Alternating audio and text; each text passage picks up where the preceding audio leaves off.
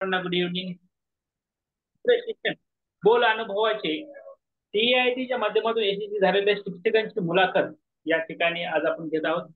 Harishchandra sir, Tandale sir आणि गित्ते sir आपल्या सोबत आहेत. मी स्वतः तुमच्या सोबत आहे. तुमच्या प्रश्नांची उत्तर ते स्वतः देणार आहेत. मी तुमचं जास्त वेळ घेणार नाही. परत एकच मिनिटामध्ये तुम्हाला निश्चित टीआयटी 2025 मध्ये live class, recorded class, test घटक वाईज 200 मार्कांचे नाही. घटक वाईज खूप साऱ्या चिक्कार टेस्ट, हजारो टेस्ट, 10-10, 20-20 मार्काचे इथे सोडवायला भेटणार आहे. 999 रुपयामध्ये पहिले 100 विद्यार्थ्यांना प्रवेश मिळणार आहे. 8806 या क्लासच्या नंबरवर तुम्ही सर्वांनी संपर्क करायचा. क्लास स्टार्ट होण्याची डेट 27/3/2025 असतील. म्हणजे अजून तुमच्याकडे 2-3 दिवस आहेत. पण जर 100 ऍडमिशन झाले तर नंतर 1999 इकडे इकडे झाला ना बोला बोला ना नाममात्र इकडे इकडे झाला द्यावं ना. लागेल. चला. आपल्या सोबत आहेत मुंडे सर. मुंडे सरांकडे मी कॅमेरा वळवतो.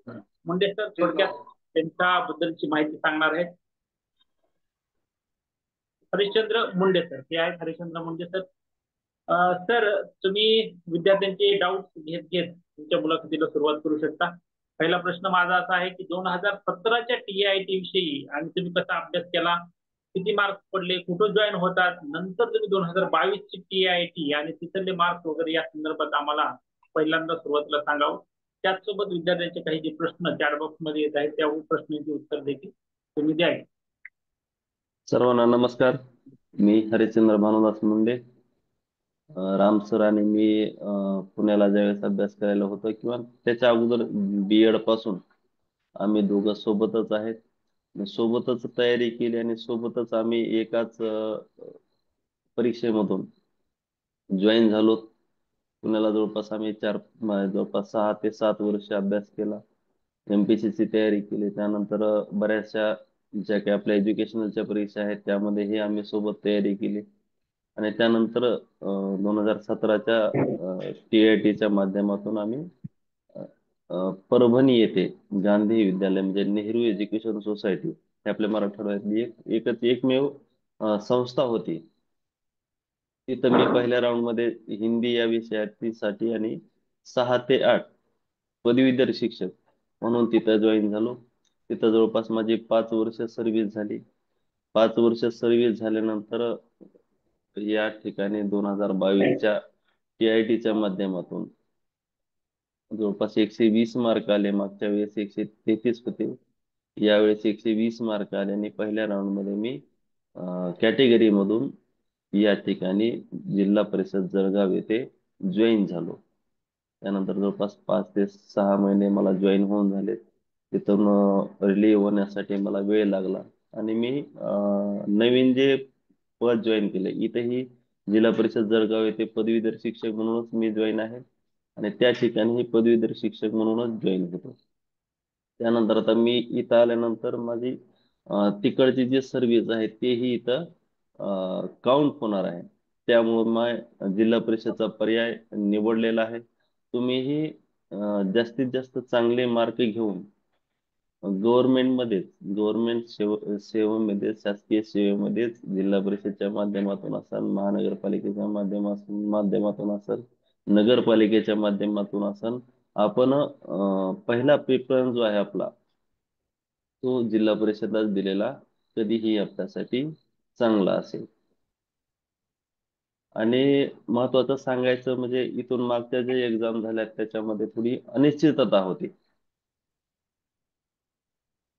2017ला जी टीआयटी झाली त्यानंतर 2 वर्ष त्या परीक्षेला जवळपास 1.5 वर्ष त्या परीक्षेला वेळ लागला. त्यानंतर 2022 जी टीआयटी झाली त्याला जवळपास कमीत कमी वेळ 7-8 महिन्याच्या एक शेड्यूल मध्ये परीक्षा झाली. त्यानंतर लगेच 4-5 महिन्यामध्ये जॉईनिंग झाली. आणि आता हे महत्वाची बाब यावेळेस अशी आहे किंवा ही परीक्षा महाराष्ट्र राज्य परीक्षा परिषद घेण्याचा हेतू आहे, त्यांचा उद्देश आहे आणि त्यांनी आपल्याला अगोदरच नोटिफिकेशन दिलंय किंवा ही जी परीक्षा आहे ते मे ते जून या दरम्यान घेणार आहोत.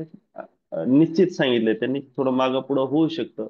त्यामुळं आपल्याला चांगली संधी आलेली आहे आणि त्यानंतर 2017ला ची जागांची जी संख्या होती ती कमी होती. त्यानंतर 22 मध्ये वाढली. आणि आपण अशी आशा करू किंवा या वेळेसही जास्तीत जास्त जागा राहतील आणि आपला तिथं नंबर लागल पाहिजे. पहिल्या यादीमध्ये आपण तिथं जॉईन होऊ, या दृष्टिकोनातून आपण तयारी करणं गरजेचं आहे. आणि आपल्याला एक टार्गेट आहे समोर.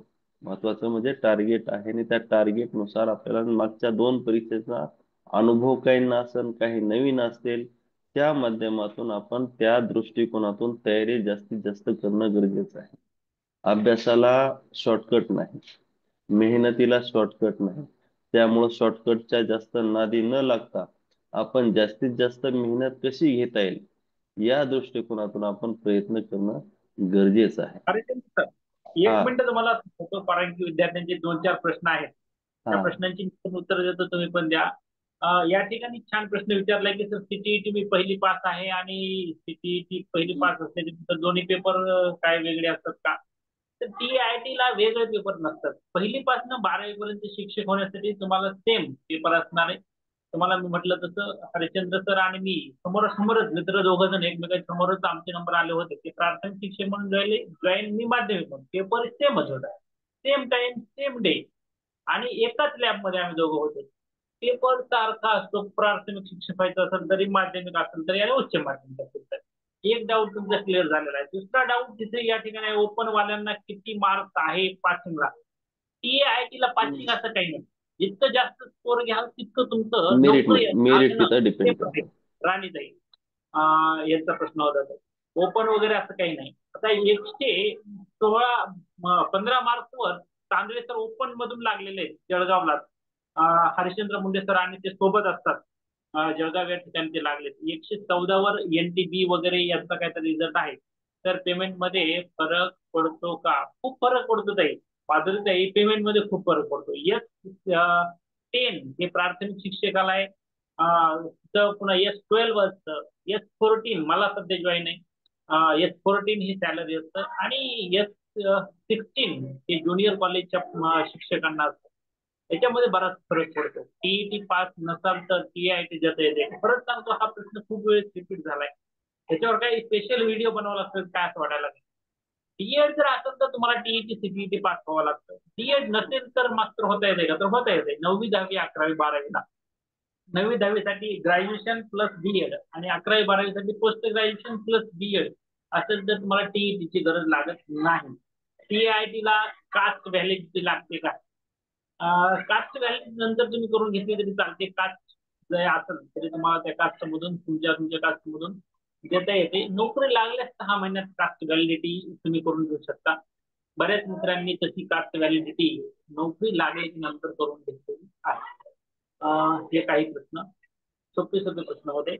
आता हरिश्चंद्र मुंडे सरांकडे परत येतो. हरिश्चंद्र मुंडे सर, तुम्ही आम्हाला एकदा दोन्ही पॅटर्नचा अभ्यास केलाय. दोन्ही पॅटर्न मधून तुम्ही रँकिंग मध्ये आम्हाला आता 115 मार्क ओपन मधून जिल्हा परिषद शिक्षक लागले, तुम्हाला 126 मार्क.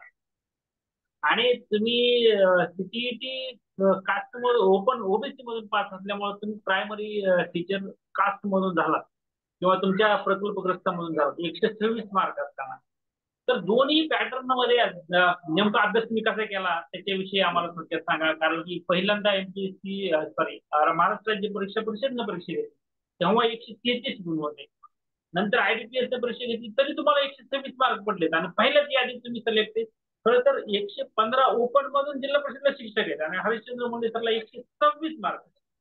म्हणजे ते ओपन मधून शिक्षक व्हायला पात्र होते. पण तरी देखील सीटीईटी ची जी परीक्षा आहे ती ओबीसी मधून पास असल्यामुळं त्यांना ओबीसीची सीट घ्यावी लागली, जास्त 10 मार्क. तो म्हणजे विचार करा सीटीईटी टीईटी देखील किती महत्वाची आहे ते. तर त्याविषयी थोडक्यात हरिश्चंद्र मुंडे सर तुम्ही सांगा. बाकीचे प्रश्न मी वाचत आहेत तुम्हाला मध्ये थांबवून.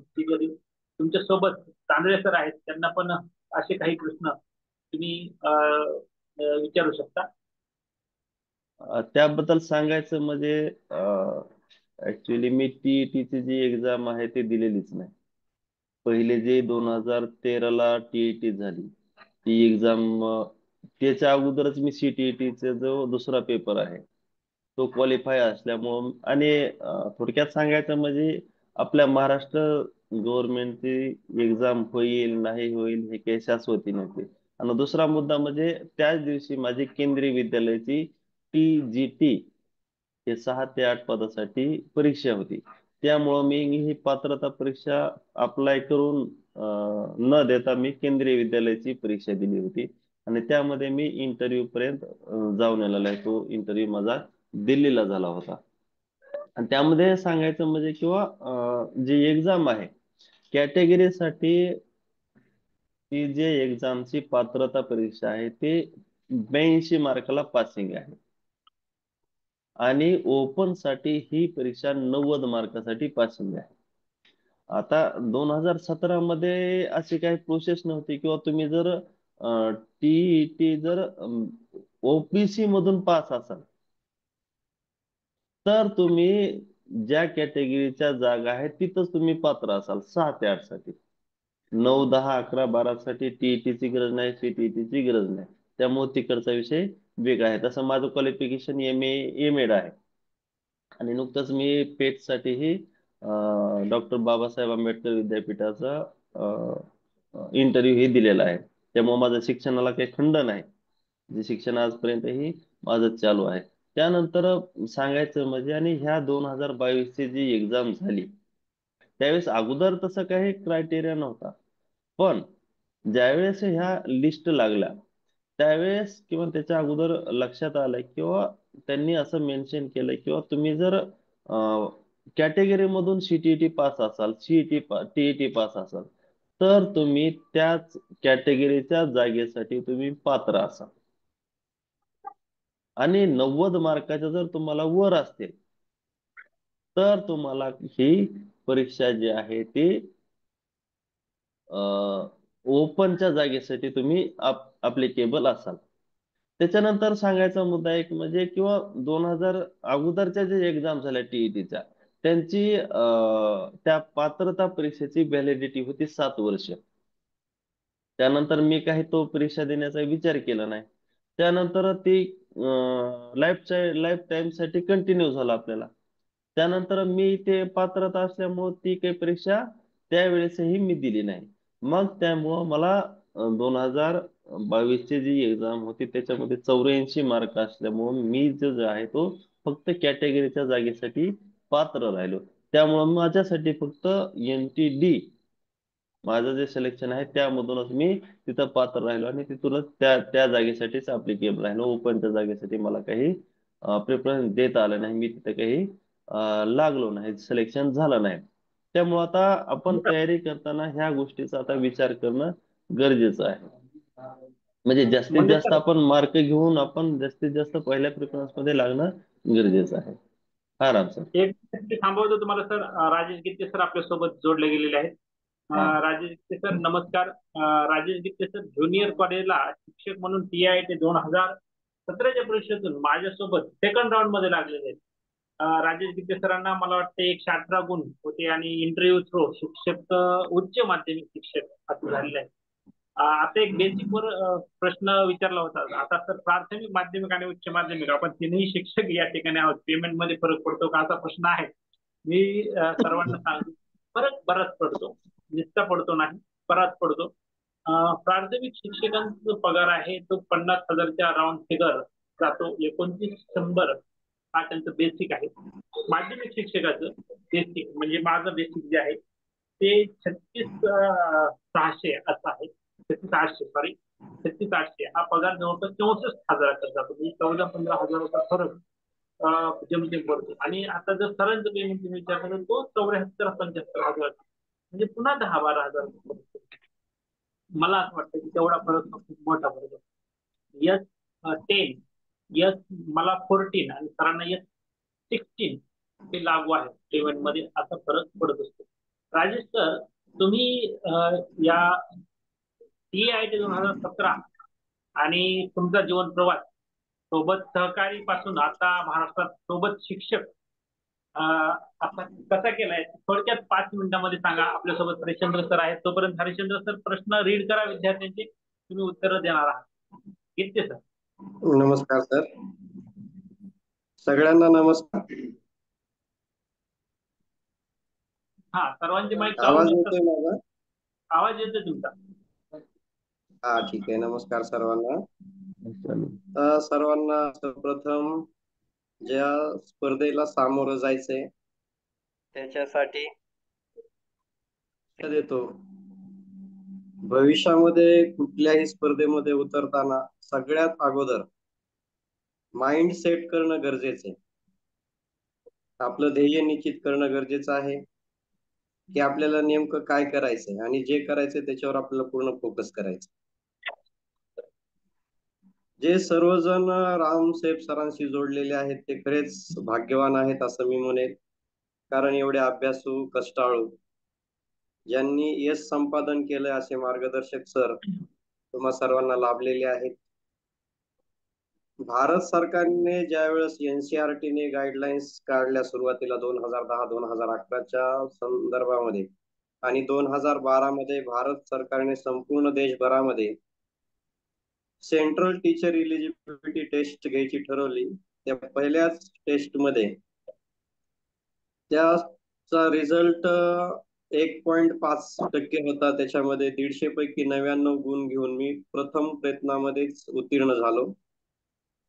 आणि त्याच्यानंतर 2013 मध्ये महाराष्ट्र शासनाची एक्झाम झाली टीईटी. त्यामध्ये सुद्धा 92 गुण मी घेऊन उत्तीर्ण झालो. आणि त्याच्यानंतर CTET paper 2, TET paper 1, TET paper 2, TAIT हे सिलसिला चालूच राहिला 2017च्या TAIT पर्यंत. आणि सोबतच सरांचं हे मार्गदर्शन होतं, सोबतच आमचा अभ्यास होता, एकमेकाशी डिस्कस केलं जायचं, प्रश्न विचारले जायचे, उत्तर दिले जायचे. आता सरांना मी एवढंच सांगेल की आता जी पुढे होणारी परीक्षा आहे त्याच्यामध्ये NEP 2020 याच्या संदर्भामध्ये मुलांना मार्गदर्शनाची गरज आहे. नवीन शाळेचा जो आकृतीबंध आहे त्याच्या संदर्भामध्ये सुद्धा या सर्वांना माहिती देणं गरजेचं आहे. त्याच्यामध्ये 5+3+3+4 हा जो नवीन आकृतीबंध आलेला आहे त्याच्यामध्ये पहिल्या 5 मध्ये 3+2 असं त्याच्यामध्ये डिवायडेशन केलेलं आहे. तर त्या सोबत शिक्षकांच्या पात्रता सुद्धा आता एनसीईआरटीने ठरवलेले तेच आता एससीईआरटी सुद्धा तेच गाईडलाईन्स फॉलो करणार आहे भविष्यामध्ये. तर ते सर्व अभ्यासार्थींना माहिती पाहिजे. आता नवीन राज्यभर जे सध्या चालू आहे स्कॉप भरायला त्याच्या संदर्भात या अभ्यासाची त्यांना गरज आहे. त्यावरही भविष्यात प्रश्न विचारले जाऊ शकतील TAIT मध्ये. तर प्रत्येक स्तरावरती जी काय पात्रता आहे ती माहिती असावी. आता अगदी दुसरीच्या वर्गापर्यंत शिकवण्यासाठी सुद्धा आपण पाहतो बालवाडीसाठी पहिला 8वी पास 10वी पास असले तरी महिलांना संधी असायची. भविष्यामध्ये आता तसं असणार नाही. किमान 12वी पास करावी लागेल त्यांना. आणि ECC नावाचा जो कोर्स आहे बाल संगोपन आणि रंजन शिक्षण तो करणं त्यांना गरजेचं असेल. 1 ते 5 साठी आता DED हा कोर्स संपूर्ण भारतभर बंद करण्याचा निर्णय झालाय NEP 2020 मध्ये. त्याचबरोबर MPhil तर बंदच करण्यात आलेला आहे. म्हणजे आता फक्त BEdचेच शिक्षक असतील. 1 ते 5 साठी सुद्धा BEd आणि TET पेपर 1 करावा लागेल तुम्हाला. दुसऱ्या स्तरासाठी +3 मध्ये 6 ते 8वी साठी BEd प्लस TET पेपर 2 किंवा ऑर मध्ये तुम्हाला CTET पेपर 1, CTET पेपर 2 हे 1 ते 5 साठी किंवा 6 ते 8 साठी करावी लागतील. त्यानंतरचा जिथे जो सर तुम्हाला पुढचा एक आहे. मिनिटासाठी थांबवतो. जिथे सर मी 1 मिनिटासाठी थांबवतो. एक विद्यार्थ्यांचे 4-5 प्रश्न घेतो आणि पुन्हा तुमच्याकडे येतो. ठीक आहे या चालेल. ठिकाणी छान छान प्रश्न आहेत. पहिला एक प्रश्न सुटला की सर क्लासचा रेकॉर्डिंग असतं का? तर हो, रेकॉर्डिंग प्रत्येक क्लासचं असतं. ज्यांनी 999 भरले लाईव्ह क्लासला आहेत त्यांना रेकॉर्डिंग आपण लाईव्ह झूमचं पाठवत असतो. युट्यूबला रेकॉर्डिंग ठेवतो पण ते क्लासच्या विद्यार्थ्यांसाठी ठेवतो. पब्लिक काही व्हिडिओज आपण करतो खास महाराष्ट्रासाठी. एकदा TET दिल्यास परत TET देण्याची गरज लागत नाही जर तुम्ही पास असाल तर. महत्वाचं म्हणजे कास्ट मधून पास असाल तर परत त्या ओपन मधून पास होण्याचा प्रयत्न करा. ते महत्वाचं सगळ्यात. हा, दुसरा प्रश्न असा आहे की qualification M A B Ed आहे तर टीईटी आणि सीटीईटी क्लिअर नाही तर टीआयटी देऊ शकता देऊ शकता 9वी 10वी 11वी 12वीला शिक्षक तुम्हाला होता येतं. हॅलो सर, माझं कास्ट एसटी आहे, कोणी व्हॅलिडिटी कास्ट व्हॅलिडिटी भेटत नाही, त्यामुळे माझ्याकडे S T C validity certificate आहे. कोणता फॉर्म भरताना एसबीसी भरा तुम्ही, त्या एसटी मध्ये मग नका पडू. माझ्याकडे व्हॅलिडिटी नाही तर पुन्हा अडचण येते. Ram sir, sir. एक मिनिट प्रश्न घेतो सर, 2 मिनिट लगेच तुमच्याकडे मी येणार आहे. नाही, त्याच प्रश्नावर बोलतोय मी. हा, तुमच्याकडे जर कास्ट व्हॅलिडिटी जर अडचण असेल तर तुम्ही त्यामध्ये तो जो प्रिफरन्स आहे कास्ट व्हॅलिडिटीचा न दिलेला बरा. कालच माझं जे स्काउट गाईडचं प्रशिक्षण झालं तर त्या प्रशिक्षणामध्ये असा विद्यार्थी भेटला की त्याचं 2017 मध्ये मुंबई महानगरपालिकेमध्ये सिलेक्शन झालं आणि त्याचे जवळपास 2.5 वर्ष सर्व्हिस झाली आणि त्याचं हा. कास्ट व्हॅलिडिटी काय क्लिअर झालं नाही. त्यामुळं त्याला ती नोकरी सोडावी लागली आणि त्याला नंतर या 22 मध्ये पुन्हा जॉईन व्हावं लागलं. त्यामुळं आपली जर व्हॅलिडिटीला काही अडचण असेल तर आपण तो पर्याय न दिलेला बरं, कारण पुन्हा आपल्याला पर्याय बदलता येत नाही. जे डॉक्युमेंट आहे ते आपल्याला डॉक्युमेंट द्यावीच लागते. हा Ram yes sir. Sir, yes. Munde sir, yes yes, मी तेच सांगितलं की बाबा कास्ट व्हॅलिडिटी एसटी तर निघत नसेल तर तुम्ही एसबीसी काढलेला आहे, एसबीसी मधून तुम्ही फॉर्म भरा, कारण पुन्हा प्रॉब्लेम यायला नको. ऍज फास्ट ॲज उत्तर देण्याचा मी प्रयत्न करतो आहे. गीते सरांकडे आणि मुंडे सरांकडे मुंडे सर तुमच्यासोबत तांदळे सर असतील, त्यांना पण एक 5 मिनिटाचा वेळ दिला दिला जावा. टीआयटी ओबीसी ला किती मार्क्स पाहिजे? ओबीसी ला मार्क्स गेल्या वेळेस 114 मार्क्सवर जिल्हा परिषदला सिलेक्शन झालेलं आहे. तर 14 किमान पाहिजे. तर यावेळेस 24 पण होऊ शकतात. माझं 131 वर जिल्हा परिषदला झालं नव्हतं, हे लक्षात घ्या 2017च्या परीक्षेतून. असं असतं ते. तर टीईटी पेक्षा स्टेट एक्झाम दिली तर टीआयटी एक्झाम देता येईल काय? स्टेटचा आणि टीआयटीचा काही संबंध नाही. मी स्टेट क्वालिफाय आहे, आपल्यासोबत राजेश गिते सर आहेत, ते पण त्यांच्या विषयात स्टेट नेट क्वालिफाईड आहेत. डीएड बीएड ला त्यांनी शिकवलेले, मी शिकवलेले, हरिश्चंद्र मुंडे सरांनी शिकवलेले, पुन्हा गजानन कदम सर आहेत, त्यांनी सुद्धा डीएड ला शिकवलेला आहे. स्टेटचा आणि इकडला टीईटीचा वगैरे काही संदर्भ लावू नका. क्वालिफिकेशन म्हणून स्टेट नेट पास होणं खूप छान गोष्ट आहे, किंवा स्टेट एक्झाम इझी की टीईटी. आता खरं तर हे कम्पॅरिझन होऊ शकत नाही. स्टेट नेट ही एक्झाम टीईटीचे इक्वल आहे. आता मी स्टेट पास झालो, टीईटी पास झालं नाही तर स्टेट लय सोपी होती, टीईटी अवघड आहे असं. स्टेट मी पास झालो कारण की माझा अभ्यास त्या विषयाचा होता म्हणून, आणि टीईटी मी जर नापास झालो असेल तर माझा अभ्यास कमी होता त्या विषयाचा म्हणून. कोणतीही परीक्षा सोपी नसते, कोणतीही परीक्षा कमी किंवा जास्त अवघड सोपी असं काही नसतं त्या विषयाचा अभ्यास करण्यावर. तर जिल्ह्यानुसार मेरिट लागते का? नाही, जिल्ह्यानुसार लागत नाही, पण तुम्ही ज्या ज्या ठिकाणचे प्रेफरन्स दिले त्या त्या प्रेफरन्स नुसार त्या त्या शाळेनुसार तुमचं लागतं. जिल्हा परिषदचं मात्र तुम्हाला त्या त्या जिल्ह्यानुसार लागतं, स्थानिक स्वराज्य संस्थेचं नाही. हरिश्चंद्र मुंडे सर आणि राजेश गित्ते सर सोबतच चांगले सर पण आहेत. परत मला गित्ते सरांच्या पार्श्वभूमीकडे घेऊन जातो. राजेश गित्ते सर आणि मी धारूर तालुक्यात एका डीएड आणि बीएड कॉलेजवर अध्यापनाचं काम करतो. खरं तर सगळ्याच महाराष्ट्रामध्ये बीएड कॉलेजवर अध्यापन करत असताना तुटपुंच्या पगारावर ज्यावेळेस नोकरी करायला लागते, आणि ती नोकरी 10-10 वर्ष केल्याच्या नंतर ज्यावेळेस तुम्ही निमशासकीय किंवा शासकीय पगार परंतु संस्थेवर जॉईन होता, त्यावेळेस तो मिळणारा पगार असतो, मानधन असतं, ते खरंच कुटुंबासाठी खूप महत्वाचं असतं. मला गीते सर म्हणले की सर आता मला फक्त काय ते 14 वर्ष सर्व्हिस भेटते, मी काय करू? खरं तर माझे ते वडील बंधू सारखे आहेत. मला जवळपास 25 वर्ष सर्व्हिस भेटते आणि सरांना 14 वर्ष. सर म्हणलं 14 वर्षच आहे, तुम्ही जॉईन करा, ज्युनियर कॉलेज आहे आणि खूप छान काम करायची संधी तुम्हाला पुण्यासारख्या ठिकाणी भेटते. join व्हा. दुसऱ्या माझ्या जेएसपीएमचे सहकारी तापकीर मॅडम म्हणून, त्यांनी पण जे असंच मोठ्या बहिणीसारख्या त्या 14 वर्ष सर सर्व्हिस भेटायला लागली, काय करू? आणि त्यांचं पुणे शिक्षण प्रसारक मंडळ, अजितदादा पवार अध्यक्ष आहे त्याची, तिथं सिलेक्शन झालेलं ज्युनियर ह्याला 9वी-10वी साठी माध्यमिक शिक्षक म्हणून. त्यांनी पण हाच प्रश्न विचारला की काय करू? तर जेएसपीएम ला मानधन चांगलं भेटत, 30-35 हजार रुपये त्यांना पगार होता. तर तरी मी म्हणलं मॅडम तसं नका, तुम्ही गव्हर्नमेंटचा जो पेमेंट आहे त्याच्यामध्ये कम्पॅरिझन रेटिव्हली खूप फरक पडतो, आणि 14 वर्ष देखील सर्व्हिस खूप असते. आता माझे बाबा जिल्हा परिषदला शिक्षक होते आणि त्यांना 16 वर्ष सर्व्हिस भेटते. त्यांच्या 16 वर्षाच्या सर्व्हिसनं काय केली कमाल. तर माझा भाऊ प्राथमिक शिक्षक झाला, मी माध्यमिक शिक्षक झालो, माझी बायको MSc BEd आहे, माझी वहिनी देखील MA BEd आहे. सगळेजण शिक्षण क्षेत्रामध्ये काम करतात. एक शिक्षक काय करू शकतो, तर त्याचं गाव सुधारू शकतो, देश सुधारू शकतो आणि कुटुंब सुधारू शकतो. शिक्षक होणं ही सामान्य कुटुंबातल्या, तुमच्या माझ्या घरासारख्या सामान्य कुटुंबातल्या लोकांसाठी अत्यंत महत्वाचं.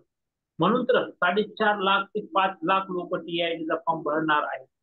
आणि आपण तळागाळातून आलेले लोक आहेत, एकदम तळागाळातून, की ज्यांना म्हणजे भाकरी खाण्यासाठी नाही किंवा घर भागवण्यासाठी जे 25-30 हजार रुपये महिन्याला लागणार आहेत तालुक्याच्या ठिकाणी, तेवढे देखील रुपये आपल्याकडे शिल्लक नाहीत किंवा उत्पन्न नाही, अशा कुटुंबातले आहेत. किंवा आपल्या घरी काय 10-5 करोडची संपत्ती पडू नये आणि फॉर्च्युनर घराच्या दारात उभा आहे किंवा 2-4 मजली घर बांधले, 10-20 खोल्याचं घर आहे, असं नाही.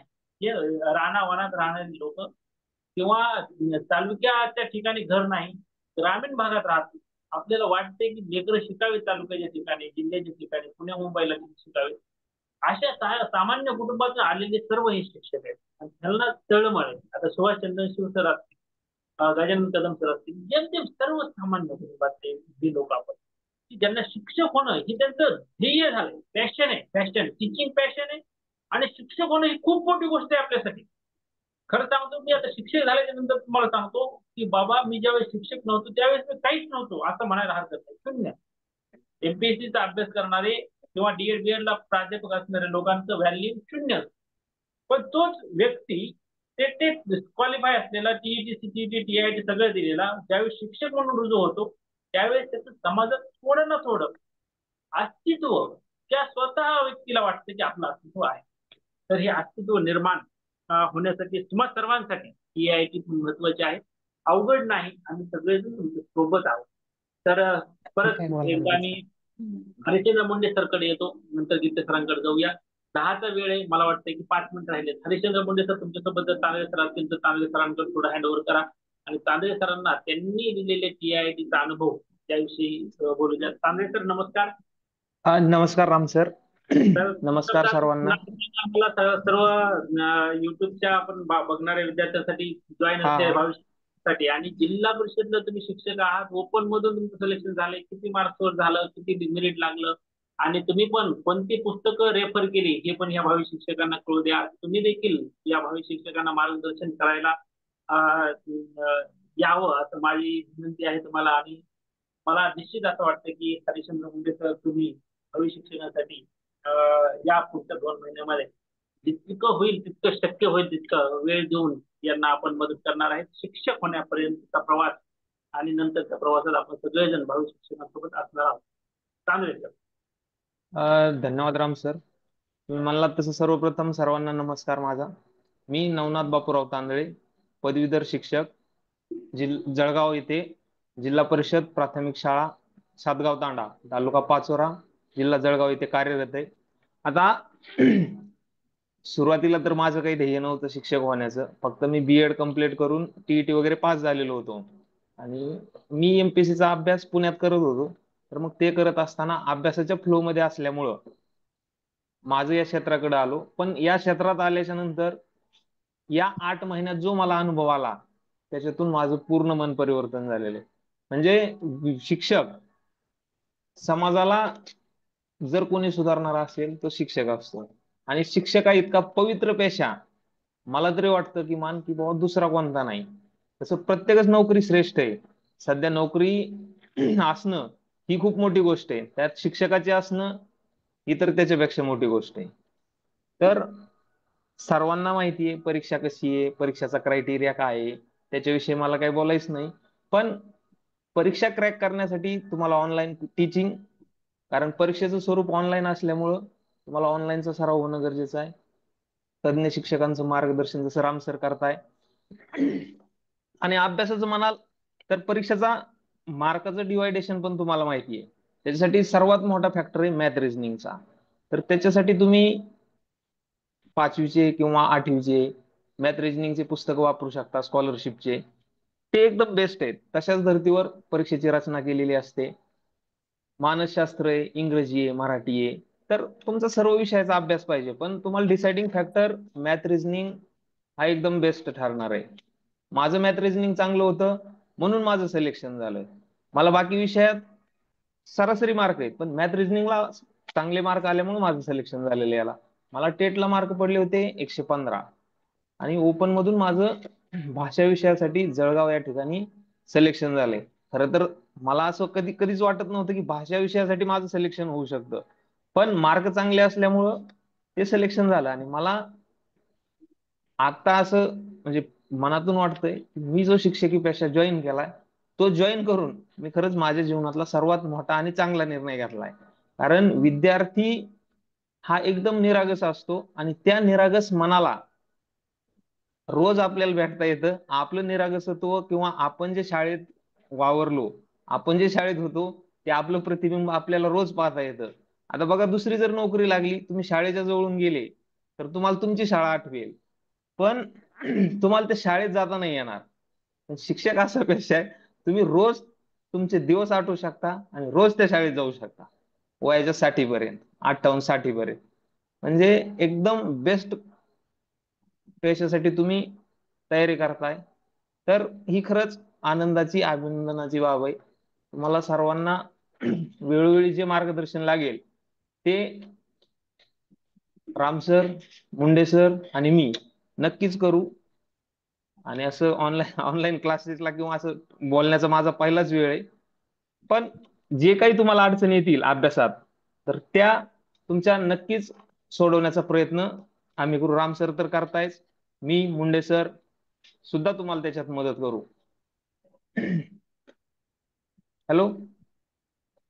हा सर, येते येते, हा आवाज येते सर. हा राम सर, बोलू शकता तुम्ही, बोला. Okay okay. खूप छान सर. तांदळे सरांनी जसं सांगितलं तर खूप छान एक्सपिरियन्स. शाळेचे लेकरं बघितले की उत्साह वाढतो. आपण नेहमी करून राहतो निरागस. बरेच शिक्षक मला पण म्हणतात की राम सर इतके निरागस काय लहान लेकरांसारखे. लहान लेकरांमध्ये राहून निरागसता येते ती. आणि खरं तर ही यायला निरागसता पण विद्यार्थ्यांचे हावभाव पाहिले तर त्याच्यात ते बदल परिवर्तन होत असतं. आता खरं तर गेली मी माझ्या वयाच्या 18-19 वर्षापासून हे काम करतोय.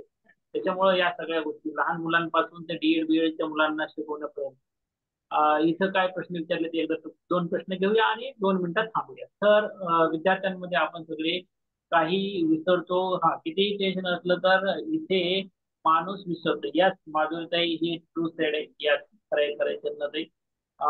Nice experience share. तुमच्यासोबत तर सर्वजण असणार ते. खूप छान विचार आहेत तुमची. सर्वांचे विचार छान आहेत. आणि सगळ्यात महत्वाचं म्हणजे चांगले सर जे म्हटलं, शिक्षण क्षेत्रात आल्याच्या नंतर आपल्याला हे राष्ट्र घडवण्यासाठी काम करता येईल, देश सेवा करता येईल. आणि ही देश सेवा करण्याची संधी शिक्षकांना सगळ्या देतात. आणि त्यामुळे मी नेहमी वाक्य एक सांगत असतो, टीचिंग इज माय पॅशन आणि educational revolution is my mission. खरं तर सगळं रिव्हॉल्युशन करायचंय आणि तेच मिशन आहे. त्याचं रूप पालटू देशाचे हे मोठं ध्येय साध्य करण्यासाठी छोटं ध्येय काय तर रूप पालटू शिक्षण आहे. मग हे शिक्षणाचं रूप पालटायचं असेल तर काय करावं लागेल? तर तुम्हाला सांगतो की तुमच्यासारखी ज्यांना रूप ह्या शिक्षणाचं पालटायचे असे 10,000 शिक्षक जरी महाराष्ट्रात जॉईन झाले, 2 लाख शिक्षक आहेत. त्याच्यातले अर्धे शिक्षक बिनाकामाचे असं माझं स्पष्ट म्हणणं झालेलं आहे. जे नवीन येणारे तुम्ही लोक आहात तर त्या लोकांमध्ये ही चेतना पेटवायची आहे. म्हणजे ज्योत एकदा ज्योत ज्योत जलाते चलो प्रेम की गंगा बहाते चलो असं म्हणलं जातं. ती ज्योत पेटवण्याचं काम करायचे. शिक्षण क्षेत्रामध्ये परिवर्तन होणार आहे. एज्युकेशन मध्ये परिवर्तन होण्याची 100% गरज आहे. नित्य सर मग म्हटले की 2020 जे एनईपीटी जे जे डायरेक्शन देत आहे आता प्रशिक्षणामध्ये शिक्षकांचे जे होत आहे त्याच्यामध्ये शिक्षणामध्ये आमूलाग्र बदल, ग्लोबल स्टुडंट झालाय आपला. तर राष्ट्र पातळीवर नाही तर आंतरराष्ट्रीय पातळीवर कसा टिकावा यासाठी प्रयत्न करायचे. ते सगळे प्रयत्न होतील. पण तुम्ही त्यासाठी अगोदर EIT चांगले मार्क्स घ्या, शिक्षक व्हा. हा शिक्षक होण्याचा प्रवास तुमचा सुखकर करण्यासाठी तुम्ही आमच्या लाईव्ह क्लासला जॉईन करा. त्याच्यात रेकॉर्डिंग पण असणार आहे. टेस्ट खूप साऱ्या ऑनलाईन टेस्ट असणार आहेत. या टेस्ट बनवण्यासाठी देखील खूप मोठ्या प्रमाणात आपल्याला सहाय्य महाराष्ट्रातील शिक्षकांचं होणार आहे. स्टाफमध्ये आपल्या सुहास चंदनशिव सर आहेत, गजानन कदम सर आहेत, आता सादळे सर बोलले ते आहेत, हरिश्चंद्र सर आहेत. आपण गीते सर यांना सर्वांना आमंत्रित करणार आहोत की तुम्हाला सर्वांना मार्गदर्शन करणार आहे. 27 तारीख क्लास स्टार्ट होण्याची सांगितलेली आहे. 8806 एकोणसाठ 70 47 या नंबरवर व्हॉट्सअप करा. तिथं तुम्ही तुमचं पेमेंट करा. तुम्हाला स्क्रीनशॉट पाठवा. तुम्हाला लाईव्ह क्लास 2 दिवसात बऱ्याच विद्यार्थ्यांनी ऍडमिशन घेतलेलं आहे. पहिले 100 विद्यार्थी यांना आपण 999 मध्ये ऍडमिशन देणार आहे. नंतर मात्र 1999. अनेक क्लासवाले जे आहेत त्यांची फीस मी पाहिल्यात 5,000 4,000 3,000. आता या मिशन टीईटी टीआयटीच्या आपल्या ग्रुपवरचा मेसेज त्यांच्याकडे गेला, त्यांनी किमती अर्ध्याने कमी केल्यात. काही जण आता 2,999 पर्यंत आले.